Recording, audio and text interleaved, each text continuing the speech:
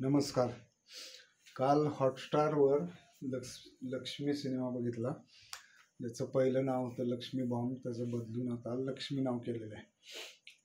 हा सिनेमा कंचना ह्या काही वर्षापूर्वी आलेला सिनेमा, ह्या सिनेमावर आधारित म्हणण्यापेक्षा पूर्णपणे त्याच ट्रू कॉपी असल्यासारखं आहे. आणि त्याचे डायरेक्शन सुद्धा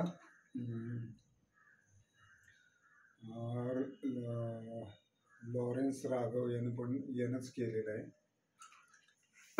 तर हा सिनेमा पहिल्या कंचना ज्यांनी बघितलेला आहे त्यांना हा आवडणार नाही, कारण पहिल्या कंचनामध्ये खूप अगदी भारी होतं.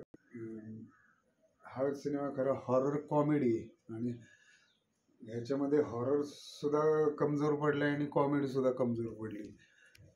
पण जो मूळ कंचना सिनेमा होता त्या सिनेमात मात्र कॉमेडी स्क्रिप्टच्या ह्याच्यामुळे चांगली होती आणि हॉरर सुद्धा चांगलं होतं, म्हणजे ह्या सिनेमापेक्षा. ह्या सिनेमातला मला एकच प्रसंग जास्त आवडला, तो म्हणजे अक्षय कुमार एका बाबाचा भांडाफोड करतो. त्या अंधश्रद्धेतून सगळ्या लोकांची मुक्तता करतो, असा एक प्रसंग दाखवलाय. तो प्रसंग मला फार आवडला. बाकी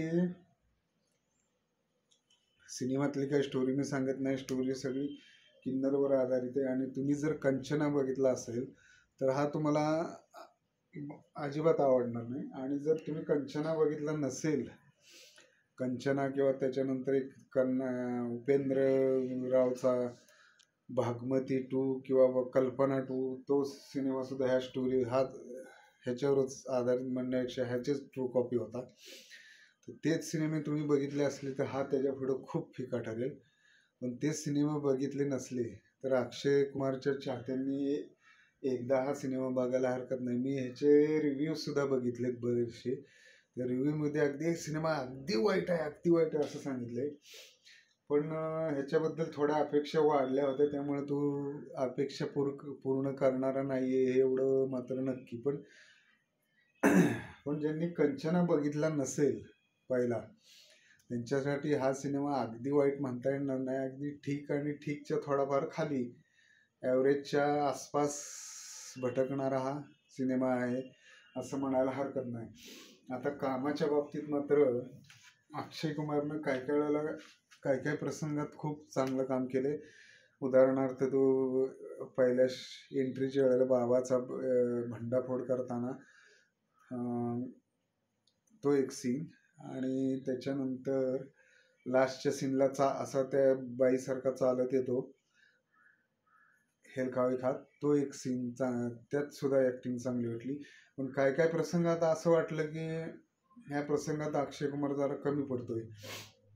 उदाहरणार्थ ते किचनमधलं जेवणाच्या टेबलावरचा जो सीन आहे तिथं थोडी ॲक्टिंग कमजोर पडल्यासारखी वाटली अक्षय कुमारची.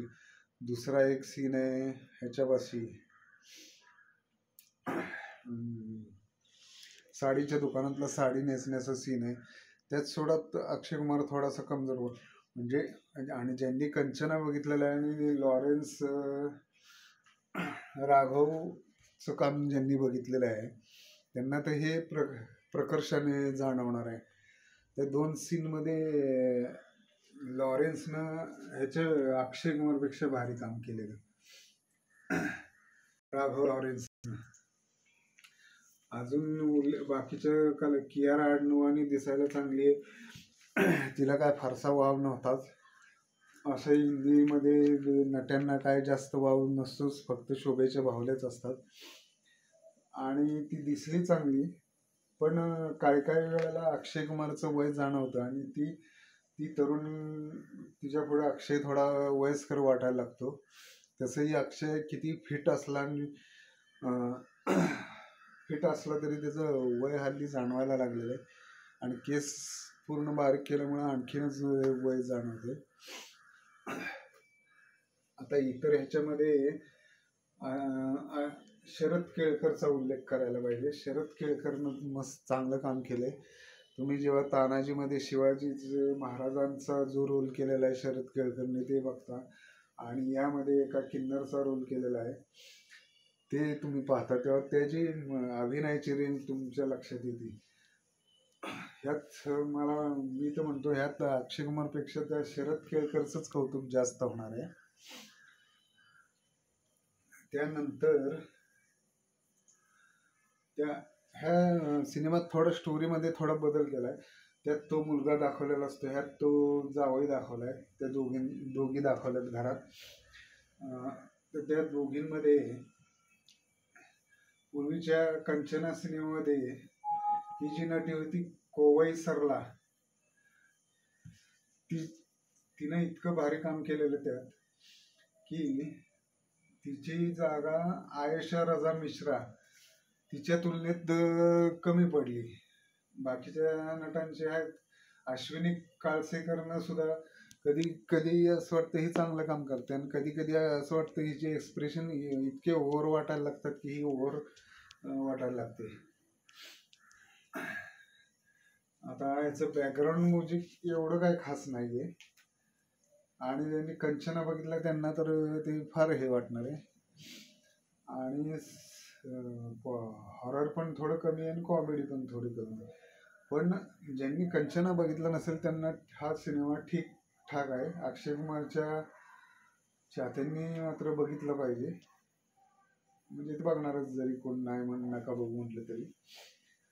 पण जास्त अपेक्षा ठेवून जाऊ नका.